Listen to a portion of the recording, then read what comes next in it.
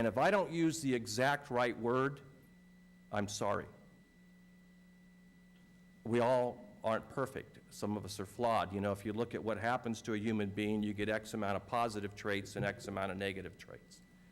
And one of the things I've learned in life is try to use your negative traits and do the best you can to fix try to use your positive traits and do the best you can to try to fix your negative.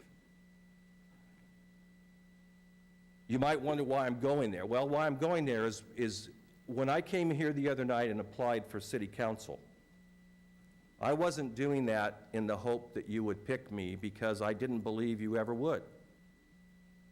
I did it because I was hoping that you would listen to what I had to say and look at me as a person and maybe make a decision to get a more balanced council. One of the problems that I have is I don't think you're balanced. And I don't think you're representing the total population of the city. And some of the things I say are my beliefs, and that doesn't mean they're correct, but they're my beliefs, and I'm sharing them with you. I believe that once you become a city council member, you represent every person in the city, not just your political point of view, or not just You're getting to 6 minutes already on the independent You're part. kidding me. No. Oh, wow, I'm sorry. Okay. Some of the responses, can I get a couple more minutes? Sure. Maybe I won't do the ECMC one, I'll just save it. You know, my concerns is when I ask questions, I get told I don't understand. And then I use the Freedom of Information Act, and I get information, and I provide you that information, and you tell me that it's incorrect. So what I'm trying to point out here is that I've watched a lot of people in the last 12 years with my point of view come up to this podium, and eventually they go away. They go away by either they give up and just go back into the woodwork, or they move. And those are two of the choices that we have. There's also a third choice. And the third choice is to ramp up the cause. And the cause I'm talking about is trying to do those three things and also trying to bring business people into the city council and respect them and partner with them. They don't have to be members of the city council, but there's a disconnect between the city council and the majority of the businesses in the city of Ukiah. Thank you. Thank you. Further comment on items that aren't currently on the agenda?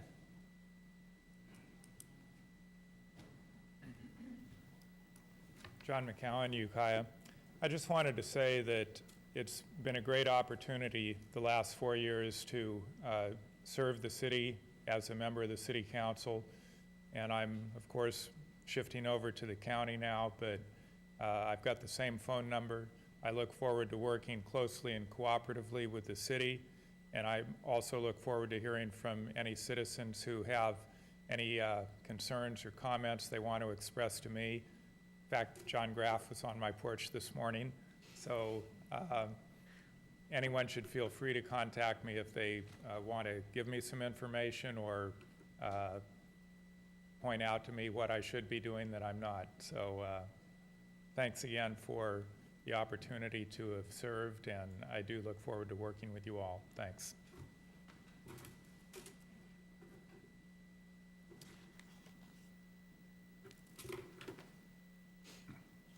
Good evening, Ann Mulgard, City of Ukiah resident. It's a little embarrassing to make such a superficial comment, but when you first walk in, there's 3 women over here and 4 men over here, and it looks a little funky. Like, why is that happening? It kind of took me back to first grade, although none of you look like Sister Bertilla, and none of you look like Father Callahan, but it does look like those Catholic school kind of things. So anyway, just wanted to point that out. I know there's a protocol for how you do it, but you might want to flip somebody.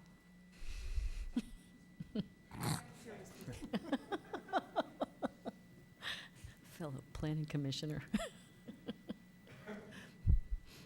Judy Pruden. You can see why we enjoy having Ann on Planning Commission. She has quite a wit about her.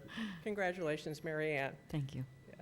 Your gain is our loss. She is a tremendous individual and very thoughtful, very fair. And I couldn't convince her 100% of the time. It was terribly disappointing. She is a woman of her own means and standard, and I appreciate that in her. Great deal of integrity there. I wanted to say a little bit in response to John's concern, John Graff's concern. John, this is my 27th year coming to City Council. I've been coming since 1982. And this is my 25th year of working in different committees and commissions on behalf of the City Council. The worm turns in this body. There's been all kinds of political views. There's been all kinds of balances. John's been coming for 30 months, not 27 years. And I can assure him and other people in the audience, sooner or later, everybody gets their day. And the votes change, and they shift, and the balances change and shift. So people may not be happy with the current balance. I think it's wonderful. There's been times where I've been very unhappy with balances, but it all evens out sooner or later. So don't be discouraged. I know how conscientious you are. I know how conscientious other people are, especially the staff who works very hard. And other people sit on commissions and organizations. They love this community and will give their heart for it.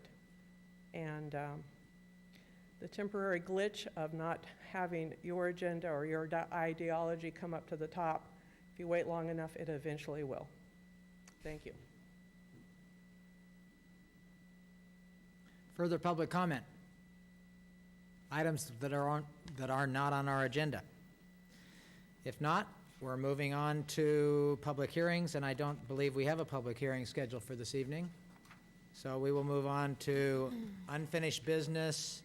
Item A, status report on Proposition 50, California River Parkways Program Competitive Grant for Riverside Park, and receive verbal update on Prop 12 and 40. Riverside Park, for those of you who aren't aware, is approximately 37 acres at the east end of Goby Street, on the south side of Goby Street, where it dead ends near the river. And for a number of years, the city has been working on figuring out a way to make that a active as well as a passive park. Good evening, Mr. Mayor, members of the council. My name is Sage San Giacomo. I'm the Director of Community Services. Tonight, Katie Mers, our Community Services Supervisor, will be doing the initial presentation. Good evening. The state has been making a number of decisions that are impacting us in different ways, and so it's appropriate for us to bring this information forward to you. The city is in a great position in terms of some of our projects with community services, and that's what I'm here to update you on tonight. We have actively pursued a number of the projects that were outlined for our funding with Prop 12 and Prop 40. And because those projects were pursued so aggressively, we have received full reimbursement in those areas that we undertook, one of them being our park playground renovations, which you see all of our new park playground equipment. So we have been fully reimbursed for those projects that have been completed. Additionally, we're in a good position because we haven't moved forward in any construction or contracts that have, we haven't made any funding commitments that we are outstanding on reimbursement for. So although we do have these grant funds that we're hoping to ascertain for the design and construction and engineering of some of our outstanding projects, we don't have any existing liabilities or commitments to vendors or contractors at this time. So even though the situation is not fantastic, it's not doomsday yet for us. The steps that we are trying to identify, and we've reached out a bit to some of our grant administrators to find out what are we looking at, what's the timeline, what steps should we be taking, and they can't promise us anything. But these funds have already been awarded. We're guaranteed to receive them at one point or another. They will not, it's almost illegal for them to take them away from us.